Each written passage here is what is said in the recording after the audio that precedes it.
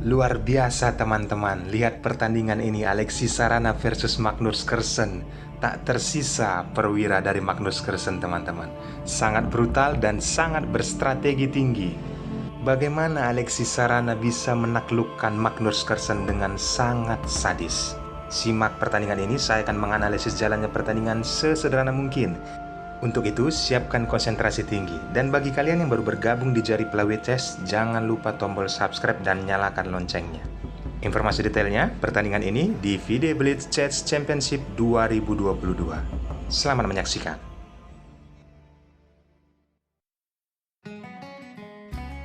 Di sini, Alexis Sarana memegang buah putih dan memulai langkah pion D4.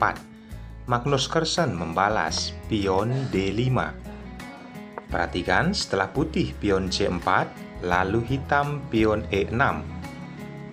Di sini pengembangan kuda ke C3, hitam kuda ke F6. Setelah putih pukul pion, terjadilah pembukaan gambit menteri ditolak, teman-teman. Bagaimana cara Alexis Sarana mengembangkan gambit menteri ditolak tersebut? Lihat, dia mengeluarkan gajah ke F4. Balasan dari Magnus Carlsen menaikkan pion C1 langkah. Berikutnya, pion E3. Lalu Magnus Carlsen mengeluarkan gajah kembali ke F5. Langkah yang terjadi di papan ini masih langkah rumusan gambit menteri ditolak. Next, setelah putih pion F3, di sini Magnus Carlsen melihat peluang dan mencoba menyerang dari sayap raja, pion H5. Dan balasan dari Alexis Sarana mengeluarkan gajah ke D3, mengajak pertukaran, dan langsung disambut oleh Magnus Carlsen. Kita berandai teman-teman, kenapa gajah itu harus disambut? Apabila dia mundur ke G6, maka jelas putih akan pukul gajah, pion akan pukul gajah. Ada pion menumpuk yang ada di G6.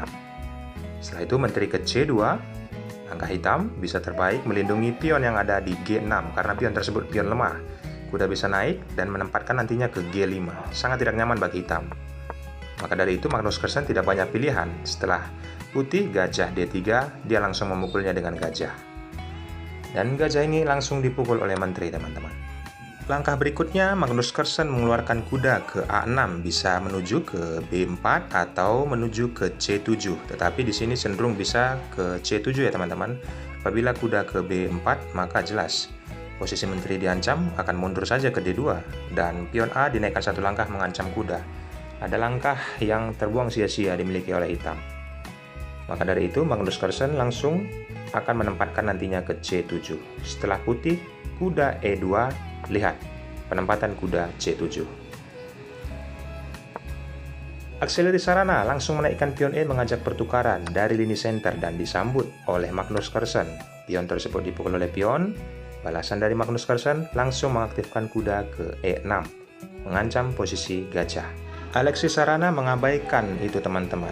Dia lebih mengamankan dulu posisi raja. Rokade sayap raja dilakukan dan Magnus Carlsen juga menginginkan itu, menempatkan gajah ke E7 agar bisa rokade sayap raja. Pion H dinaikkan ke H3, menghambat pergerakan kuda tentunya. Lalu Magnus Carlsen rokade sayap raja. Benteng ditempatkan ke D1, jelas mengepin posisi menteri.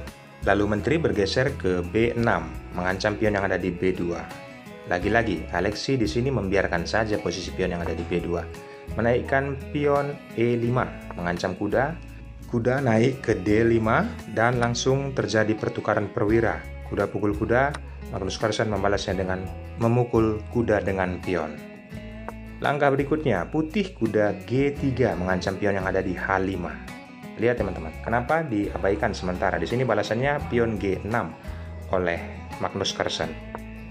Tapi kita berandai, kenapa Magnus Carlsen tidak memukul pion yang ada di B2? Makanya akan terjadi teman-teman. Langkah putih, yaps, kuda F5 mengancam posisi gajah. Dan gajah dilindungi oleh benteng. Benteng mengancam menteri. Apabila di sini menteri mencoba mengambil kembali pion yang ada di A2, maka inilah yang akan terjadi. Benteng memukul pion yang ada di B7, mengancam dua kali posisi gajah, dan gajah mundur ke D8. Langkah berikutnya putih, menempatkan gajah ke H6, memberikan secara gratisan. Yaps, langsung dipukul oleh pion. Dan ada menteri yang nantinya ke G2 oleh putih. Setelah itu, kuda dulu yang memukul pion, raja tentunya akan ke G7. Yaps teman-teman, langsung dipukul oleh benteng, benteng pukul benteng, langsung posisi skak. Apa yang bisa dilakukan oleh raja hanya bisa memukul kuda. Datang menteri untuk skak, dan nantinya akan digiring sampai kematian Raja Hitam tidak tertolong lagi.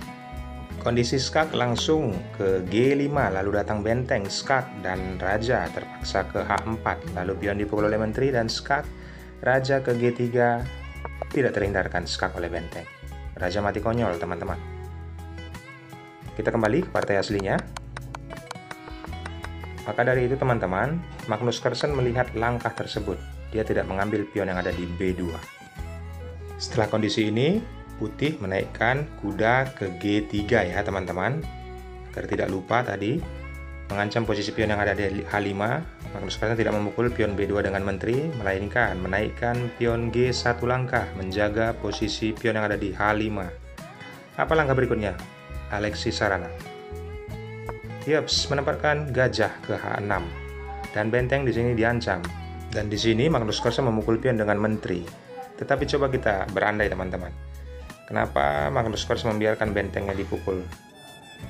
Yaps, apabila benteng bergeser, maka jelas di sini akan putih mengambil langkah yang sangat brutal. Memukul pion dengan benteng, lalu jelas benteng akan dipukul oleh raja. Berikutnya, skak, benteng ke F1, raja mundur ke G8. Lalu menteri pukul pion dan skak, raja bergeser ke H8. Benteng datang lagi ke F7, ada ancaman skakmat dilindungi oleh kuda. Yaps, skakmat di G7. Kita kembali teman-teman ke partai aslinya. Langkah tersebut telah diketahui oleh Magnus Carlsen teman-teman. Makanya dia membiarkan pertukaran kualitas ya. Benteng dibiarkan saja. Dia memukul pion yang ada di B2. Langsung saja di sini Alexis Sarana memukul benteng dengan gajah. Dan gajah dipukul oleh benteng kembali. Langkah brilian berikutnya yang dilakukan oleh Alexis, menggeser benteng mengancam menteri. Balasan dari Magnus Carlsen dengan kondisi seperti ini teman-teman. Memukul pion yang ada di A2. Sebenarnya ada langkah terbaik teman-teman, kita berandai sementara. Kondisinya akan berubah setelah menteri pukul pion dan ancaman skak. Harus dipertukar ya menteri. Maka setelah hitam pukul menteri kembali, mungkin benteng bisa memukul pion dan mengancam gajah. Gajah bisa menyelamatkan diri ke C5. Langkah brilian putih berikutnya, menggeser raja, menghindari pimpinan dari gajah. Lalu hitam menaikkan pion H4, mengancam posisi kuda. Dan di sini benteng mengancam posisi gajah. Langkah berikutnya teman-teman, dengan kondisi seperti ini, gajah mengkaitkan dengan pion A7. Dengan kondisi seperti ini teman-teman masih terlihat berimbang ya, hitam ataupun putih. Walaupun dilanjutkan, bisa kemungkinan hitam kalah, tetapi berubah saat langkah ini tidak diambil oleh Magnus Carlsen, mengajak pertukaran menteri. Dengan kondisi benteng mengancam menteri, dia memukul pion yang ada di A2. Kita bandingkan teman-teman. Apa langkah berikutnya Alexis Sarana? Yaps, memukul pion dan mengancam gajah. Ini dia bedanya teman-teman. Lalu Magnus Carlsen mengajak menteri. Sebenarnya ini terlambat. Seperti yang tadi, sebelum memakan pion seharusnya dia mengajak pertukaran menteri. Karena di sini Alexis Sarana mempunyai langkah brilian. Apa itu teman-teman? Kalian bisa push videonya. Yaps, memukul menteri tersebut, tetapi keadaannya berubah. Gajah sudah ada di A3. Dan langkah putih berikutnya yang merubah keadaan.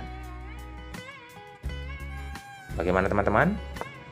Yups, menempatkan benteng ke A1 mengancam gajah, sekaligus juga mengancam pion yang ada di A7. Balasan dari Magnus Carlsen dengan kondisi seperti ini udah sangat kritis teman-teman. Dia menempatkan kuda, kembali mengancam benteng, tapi Alexis Sarana menempatkan benteng ke B5, mengancam pion yang ada di D5. Magnus Carlsen mengabaikan, dia menurunkan gajah dan membiarkan benteng memukul pion. Setelah itu, pion H4 mengancam kuda, kuda ke E4. Di sini, kuda mencoba melindungi pion dan benteng mengancam kuda, lalu kuda dilindungi kembali oleh benteng. Benteng putih mengancam gajah, raja melindungi, lalu pion dinaikkan, mengancam kuda. Kuda akan mati teman-teman. Luar biasa. Langkah yang dilakukan, walaupun raja bisa bergeser ke E8, lalu kuda akan dipukul oleh pion. Setelah pion dipukul oleh benteng, maka benteng terlebih dahulu memukul gajah, tempo skak. Raja memukul, lalu benteng pukul benteng. Luar biasa teman-teman, perwira Magnus Carlsen selesai, habis, tidak ada lagi tersisa. tidak akan mungkin dia bisa menang. Dukung channel ini teman-teman, subscribe dan nyalakan loncengnya. Thanks and God bless. Bye-bye.